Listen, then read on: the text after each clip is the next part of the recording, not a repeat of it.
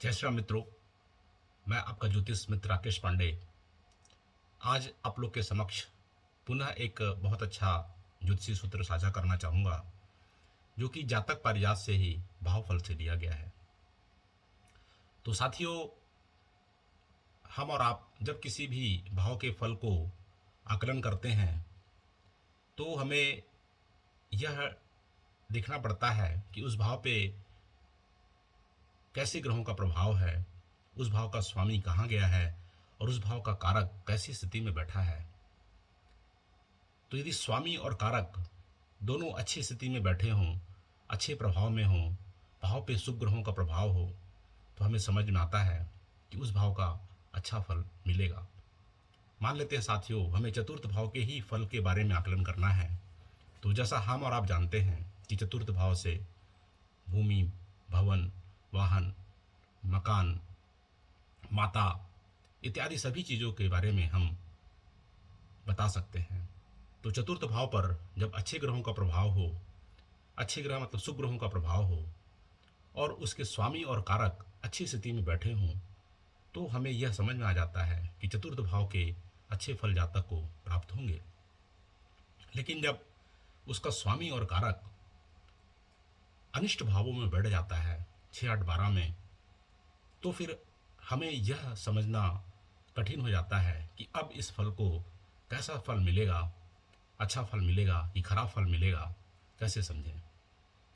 तो अनिष्ट भावों में जब कोई भी भावेश बैठता है, किसी भी भाव का स्वामी और उस भाव का कारक जब 6, 8, 12 भावों में भले ही उच्चादि राशियों में बैठा हो, तो कैसा फल मिलेगा।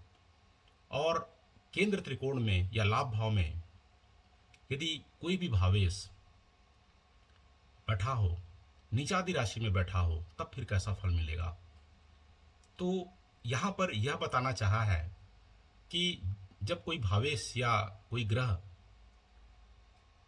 जब किसी भाव में बैठता है तो उसको शुभ भाव में बैठना चाहिए कि उसको दुष्ट भाव में उच्चादि राशि का बैठना चाहिए या शुभ स्थानों में नीचादि राशि का बैठा हो। तो इन दोनों में से कौन सा ज़्यादा प्रॉब्लमेटिक हो सकता है, इसी को समझाने की कोशिश इस श्लोक के माध्यम से किया गया है। तो साथियों, मैं एक बार आप लोग के समक्ष इस श्लोक को पढ़ता हूँ। सवोच्चाभि अष्टगृहेषु कारकपति रंध्रादनिष्ट स्थितौ, कि यह बता रहा है कि यदि किसी भी भाव का स्वामी और कारक भले ही उच्च के बैठे हों, कहाँ बैठे हों, रंध्रादनिष्ट स्थितौ, कि अष्टम आदि दुष्ट स्थानों में बैठे हों। फिर कहता है यद भावस्य सा संभवेद विमलो नास्यानुभूतीर्ण नाम, तो उस भाव के अच्छे फलों की अनुभूति या शुभ फलों की अनुभूति हमें नहीं हो पाएगी।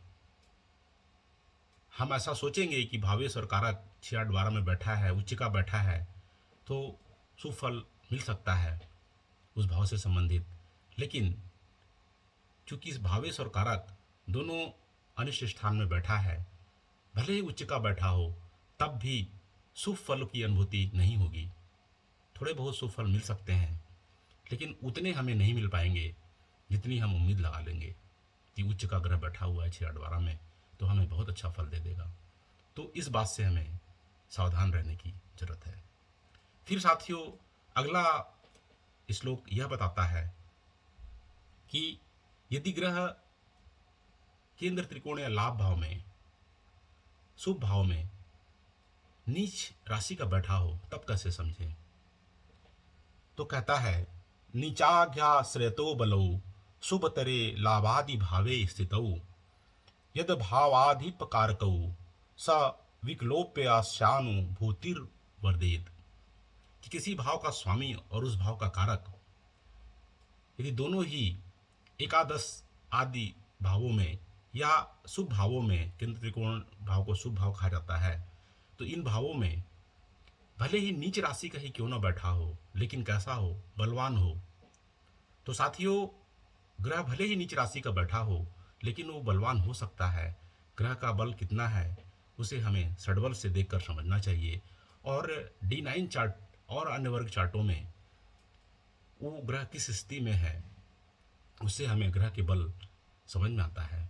तो यदि ग्रह केंद्र त्रिकोण लाभ भाव में भले ही नीच का ही बैठा हो लेकिन वह बलवान है, तो वह ग्रह भले ही हमें ऐसा लग रहा है कि अच्छा फल नहीं देगा, लेकिन हमें कुछ न कुछ सुफल उससे प्राप्त हो जाएंगे, यदि वो शर्त है कि षडबल में बलवान हो और अन्य वर्ग चार्टों में अच्छा हो।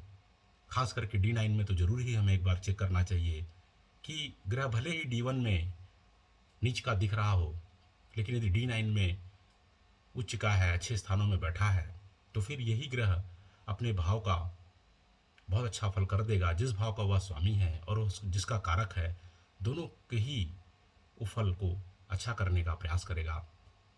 तो साथियों, इस श्लोक से हमें पता चलता है कि ग्रह यदि दूसरे स्थान में भले ही उच्च का बैठ जाए, तब भी हमें उससे सतर्क रहने की आवश्यकता है। और केंद्र त्रिकोण लाभ भाव में भले ही नीच का ही क्यों ना बैठा हो, लेकिन यदि वो अन्य वर्गों में बलवान हो जा रहा है, षडबल में बलवान है, अच्छी स्थिति में है अन्य वर्गों में, खास करके D9 में, तो हमें यह क्लियर हो जाता है कि ये इस ग्रह से भले ही हमें नीच को देख के लग रहा है कि कुछ खराब फल करेगा, लेकिन चूंकि वह बलवान है और अच्छी स्थिति पे है, तो ज़रूर कुछ ना कुछ हमें अच्छे फल की अनुभूति हो जाएगी। तो देखिए, इन दो श्लोकों में हमें इन दोनों बातों की जो हमारी डाउट्स है उसको यह दूर करता है। तो साथियों, यदि आप लोग को अच्छा लगा हो तो लाइक, सब्सक्राइब और कमेंट जरूर करेंगे। धन्यवाद। मिलते हैं अगले श्लोक में।